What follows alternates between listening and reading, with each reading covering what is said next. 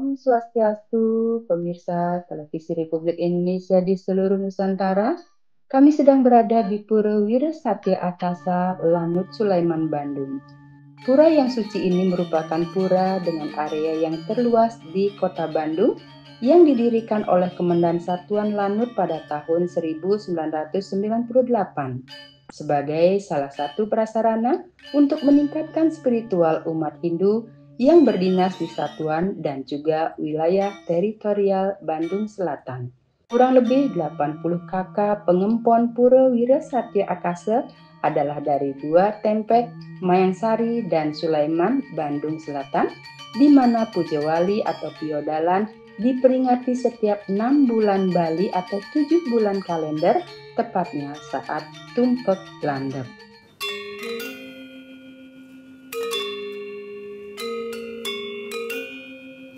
Pangan Jali.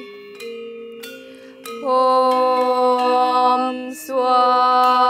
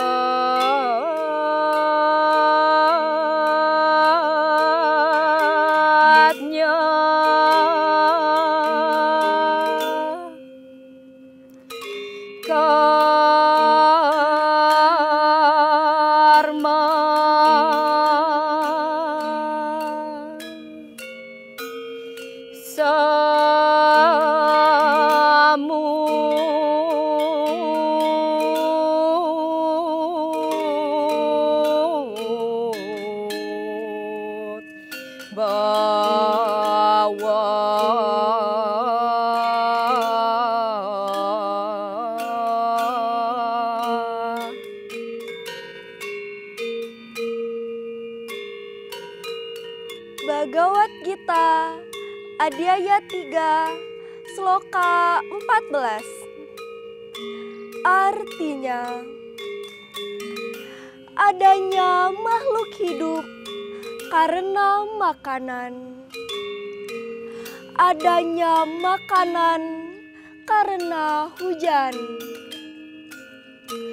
Adanya hujan karena yadnya. Adanya yadnya karena karma. Parama Santi. Om Santi, Santi, Santi. Om.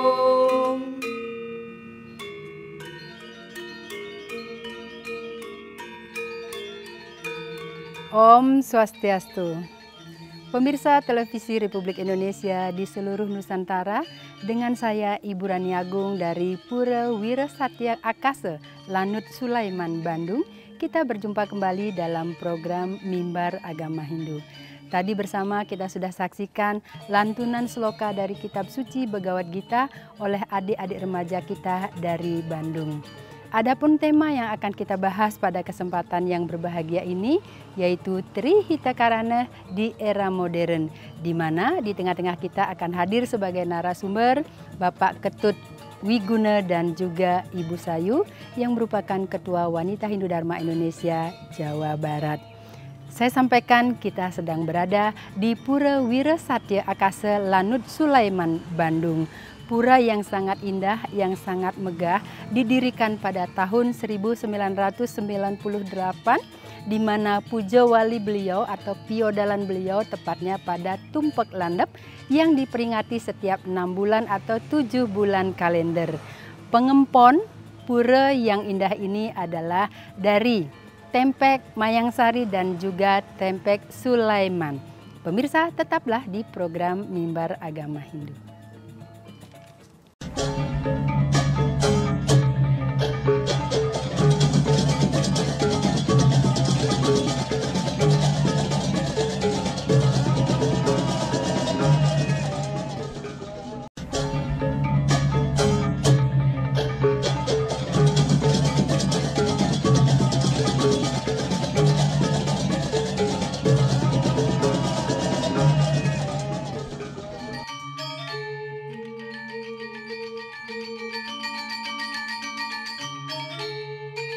Pemirsa, kita masih tetap di program Mimbar Agama Hindu, di mana di tengah-tengah kita sudah hadir sebagai narasumber yaitu Bapak Ketut Wiguna. Om Swastiastu Pak Ketut. Om Swastiastu Bu. Pak Ketut Wiguna, beliau adalah sebagai Ketua Paruman Walake Provinsi Jawa Barat dan beliau juga duduk di organisasi Prajaniti Jawa Barat. Nah, tema kita pada kali hari ini adalah membahas tentang Trihita Karana di era modern. Nah, sebelum kita berbincang lebih lanjut tentang tema kita pada hari ini, Pak Ketut, ada baiknya kita awali dengan bagaimana apa yang dimaksud dengan Trihita Karana itu dan juga pembagiannya. Silahkan Pak Ketut jelaskan. Terima kasih umat sedharma di seluruh tanah air. Sebelum masuk kepada pengertian tentang Trihita Karana, kita perlu memahami dua hal yang sangat penting, yaitu yang pertama, moral dasar Hindu adalah keselarasan harmoni, dan yang kedua adalah pandangan hidup Hindu adalah tidak memisahkan antara manusia dengan eksistensi di luarnya. Jadi manusia adalah bagian terintegrasi dari semesta yang ada, sehingga sebagaimana kita ketahui kita adalah mikrokosmos yang bagian dari makrokosmos. Nah, Trihita Karana adalah penerjemahan dari filosofi dan moral dasar itu. Bagaimana membangun kebahagiaan dengan cara menjalin hubungan yang harmoni antara kita dengan Sang Maha Pencipta yang disebut parahyangan, hubungan harmoni antara kita dengan sesama yang disebut pawongan, dan juga hubungan harmoni antara kita dengan lingkungan yang disebut dengan palemahan. Sama Pak Ketut, luar biasa penjelasannya. Nah, tadi tiga hubungan kita satu yang pertama adalah kehadapan Yang Widi, ya, parahyangan, kemudian kepada sesama di pawongan, kemudian alam semesta dengan palemahan. Yang saya ingin tanyakan, atau mungkin Pak Ketut bisa menjelaskan, hubungan kita sebagai manusia terhubung dengan Yang Maha Kuasa atau yang disebut dengan parahyangan, bagaimana aplikasinya di dalam kehidupan sehari-hari? Mungkin Pak Ketut bisa jelaskan kepada pemirsa di rumah, silahkan. Terima kasih pemirsa di seluruh tanah air. Jadi di dalam kehidupan sehari-hari kita, membangun hubungan harmonis laras dengan Sang Maha Pencipta dapat kita terjemahkan dalam berbagai aktivitas keseharian kita. Kita tidak selalu harus hadir di tempat sembahyang kita, tapi dalam hal-hal yang sederhana kita bisa wujudkan dengan persembahyangan yang kita lakukan di rumah, ataupun dalam hal-hal yang rutin bisa kita lakukan. Salah satunya misalnya dengan melakukan japa, atau di dalam Nawawida Bhakti kita juga mengenal Semaranam, yang artinya kita menyebut nama Tuhan secara berulang-ulang. Nah, implementasi ini di dalam kehidupan sehari-hari diharapkan mampu membangkitkan kesadaran kita, keterhubungan kita dengan Sang Maha Pencipta, sehingga keselarasan atau harmoni dalam parahyangan itu dapat terwujud. Luar biasa. Jadi kita setiap hari hendaknya terhubung ke hadapan Yang Widi. Nah, untuk selanjutnya hubungan kita terhadap sesama manusia, yaitu hubungan di Pawongan. Bagaimana Pak Ketut bisa menjelaskan mungkin hubungan kita seperti apa di era modern ini terkait dengan hubungan manusia dengan Pawongan atau sesama manusia? Silakan Pak Ketut. Baik, khusus dengan Pawongan ini memang sekarang menjadi hal yang sangat penting ya, di mana-mana kita lihat banyak hal-hal yang terjadi karena ketidakselarasan dalam hubungan antar manusia ini menimbulkan sesuatu yang viral di dalam kehidupan sehari-hari. Nah, membangun keselarasan dalam Pawongan ini tentu didasari adalah oleh pengendalian diri. Nah, dalam pengendalian diri ini kita mengenal Yama Brata, Niyama Brata. Nah, ini disiplin moral dan disiplin diri ini menjadi dasar yang sangat penting di dalam menjalin hubungan antar sesama. Nah, di dalam konteks ketika kita melaksanakan harmoni dalam Pawongan ini selaras dengan program pemerintah. Nah, di sini moderasi beragama adalah sesuatu yang bagian dari dicanangkan pemerintah, bagian dari implementasi kita kaitannya dengan Pawongan ini. Ini materi semua. Jadi hubungan kita terhadap sesama manusia tidak saja mulai dari keluarga kita, nggih Pak nggih, di dalam lingkungan masyarakat di pura, masyarakat Hindu berdampingan dengan umat yang lainnya dari berbagai macam suku, agama, adat, tradisi, sehingga keberagaman agama ini, dari tradisi ini kita harus membina hubungan yang baik, yang harmonis sesuai dengan program dari pemerintah, yaitu kita membina toleransi umat beragama dari moderasi di antara kita. Matur semua Pak Ketut. Nah, untuk selanjutnya yang ketiga, hubungan kita manusia dengan alam semesta. Kita tahu kan hubungan palemahan, hubungan kita terhadap manusia itu bagaimana Pak Ketut bisa menjelaskan seperti apa hubungan kita harusnya kepada alam semesta? Silakan Pak Ketut. Nah, untuk lingkungan ini memang sesuatu yang juga menjadi perhatian penting di zaman sekarang. Jadi keselarasan hubungan kita dengan lingkungan saat ini betul-betul mendapat ujian. Kita lihat di mana-mana proses eksploitasi alam, lingkungan sekitar kita ya, baik dalam kegiatan ekonomi maupun sejenisnya telah menimbulkan ketidakseimbangan di kita, termasuk juga mempengaruhi iklim global kita. Nah, sudah waktunya di zaman sekarang membangun harmoni dengan lingkungan. Itulah bagian dari kita membangun sustainability, keberlanjutan di bidang apapun. Jadi kegiatan ekonomi harus bergandengan tangan dengan pelestarian lingkungan. Kegiatan budaya, kegiatan ilmu pengetahuan, teknologi mesti berdampingan dengan lingkungan, sehingga keberlanjutan kegiatan kita itu menjadi bagian yang tak terpisahkan dengan keberlanjutan lingkungan itu sendiri. Demikian kira-kira. Mungkin ada saran Pak Ketut terkait ini yang khusus ini ya. Kita kan kalau kita menjaga alam, alam akan menjaga kita. Sebaliknya kalau kita merusak alam tanpa kita sadari, alam pun akan merusak kita. Terjadi bencana di mana-mana. Nah, terkait dengan ini mungkin Pak Ketut bisa menjelaskan sedikit atau pesan dan kesan untuk umat Hindu di seluruh Nusantara bagaimana menerapkan ajaran Trihita Karana ini di dalam kehidupan, terutama menjaga alam semesta. Baik, terima kasih Bu. Betul sekali. Umat sedharma dimanapun berada, sebetulnya yang perlu kita lakukan terkait dengan lingkungan ini sedikit saja. Membangun kesadaran bahwa kita bagian yang tidak terpisahkan dari lingkungan. Apa karunia terbesar yang diberikan lingkungan kepada kita? Satu, oksigen. Bapak Ibu bayangkan, kalau 5 detik, 10 detik aja kita tidak menghirup oksigen. Itu bayangkan apa yang terjadi. Jadi karunia terbesar alam kepada kita dalam bentuk oksigen adalah salah satu wujud hal yang patut kita apresiasi ya. Nah, jika kesadaran semacam itu hadir di dalam diri kita, dalam keseharian kita, tidak perlu sebenarnya kita menyuruh orang menanam pohon. Karena pohon adalah bagian dari sistem respirasi pernapasan kita.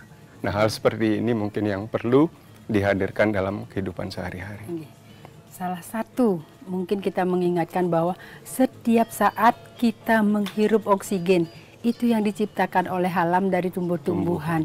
Mungkin sebagai akhir dari perbincangan kita berdua, Pak Ketut bisa menyimpulkan ini dari makna Trihita Karana sebagai hubungan kepada Tuhan, kepada sesama manusia dan alam semesta. Silakan Pak Ketut. Terima kasih Ibu. Membangun kebahagiaan itu jelas di dalam Hindu dasarnya adalah harmoni. Dan harmoni dibangun dengan membangun keselarasan hubungan dengan Sang Maha Pencipta, sesama kita, maupun dengan lingkungan. Ketiga hal ini tidak dapat dipisahkan, satu dengan yang lainnya saling berhubungan. Mudah-mudahan kita bisa menjadi insan Hindu yang humanis, penuh kasih sayang, bisa menerapkan ketiga ini secara bersamaan, sehingga tujuan utama kita mencapai kebahagiaan lahir dan batin dapat tercapai.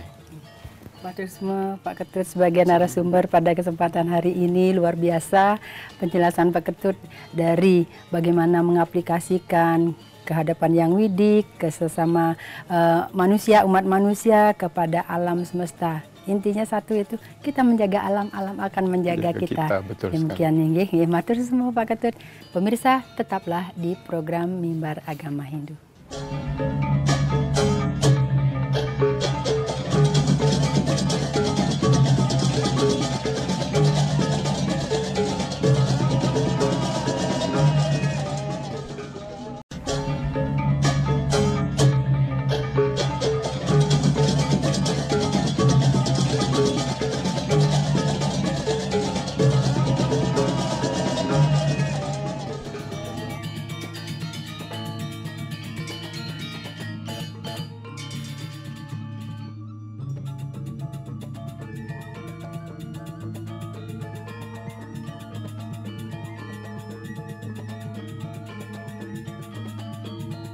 Pemirsa, kita masih di dalam program Mimbar Agama Hindu. Mari bersama-sama kita dengarkan penjelasan dari narasumber kita, Ibu Sayu, yang merupakan Ketua Wanita Hindu Dharma Indonesia dengan tema Trihita Karana di Era Modern. Tetaplah di program Mimbar Agama Hindu. Om Swastiastu, Om Awigenam Astu Namasidam. Senang sekali hari ini kita bisa membahas tentang Trihita Karana. Trihita Karana merupakan konsep falsafah yang berasal dari agama Hindu di Bali, yang terdiri dari 3 hubungan harmonis antara Tuhan, manusia, dengan lingkungan. Trihita Karana ini berasal dari kata Sanskerta yang terdiri dari kata tri, artinya 3, kemudian hita merupakan kebahagiaan atau kesejahteraan, dan karana adalah penyebab. Jadi Trihita Karana adalah 3 penyebab kebahagiaan atau kesejahteraan. Nah, di era modern ini Trihita Karana seringkali terabaikan. Banyak orang mengejar kebahagiaan hanya dari segi materi saja. Jadi banyak persepsi yang menganggap bahwa kebahagiaan itu hanya berdasarkan satu hal saja, yaitu dari sisi materi. Nah, oleh karena itu sampai saat ini Trihita Karana memang masih harus dan perlu menjadi pedoman di dalam kehidupan sehari-hari.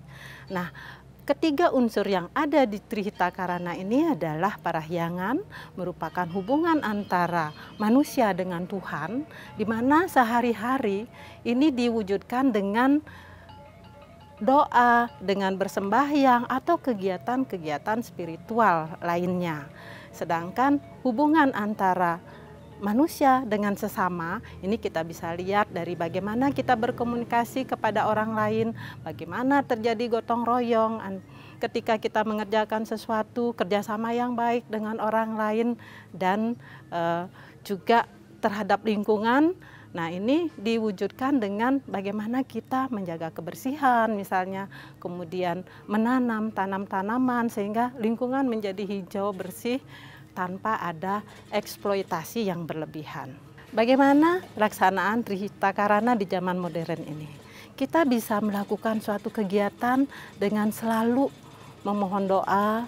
Nah, ini sudah menunjukkan bahwa ada hubungan harmonis kepada Tuhan dan juga kemudian menjaga hubungan harmonis dengan sesama melalui kerjasama, kemudian komunikasi yang baik, dan juga menjaga lingkungan misalnya tetap bersih dan menjaga lingkungan tetap asri. Nah, ini sudah merupakan perwujudan dari pelaksanaan Trihita Karana. Banyak contoh ketika kita melaksanakan Trihita Karana dengan seimbang, seperti misalnya kalau di Bali ini banyak contoh adalah upacara ngaben misalnya.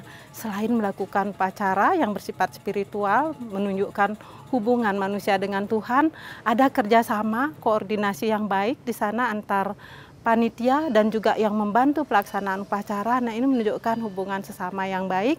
Kemudian juga bagaimana menjaga lingkungan supaya lingkungan tetap asri. Karena dalam upacara ngaben misalnya ada hal-hal yang dijaga atau diambil dari alam tetapi tidak merusak alam itu sendiri.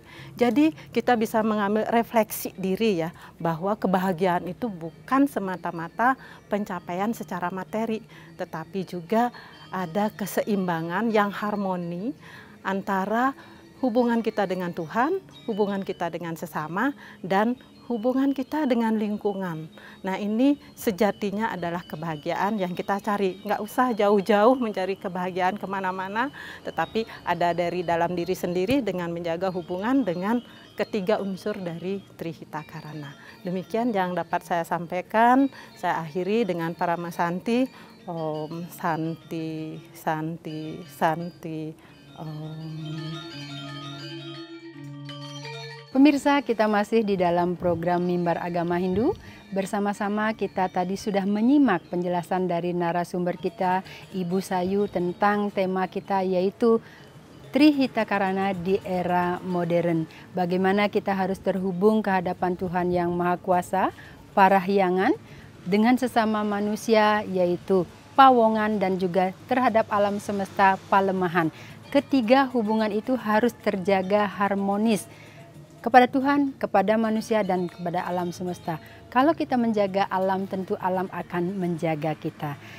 Mari bersama-sama kita tutup program Mimbar Agama Hindu pada kesempatan yang berbahagia ini dari Pura Wirasatya Akasa Lanut Sulaiman, Bandung dengan puja Parama Santi.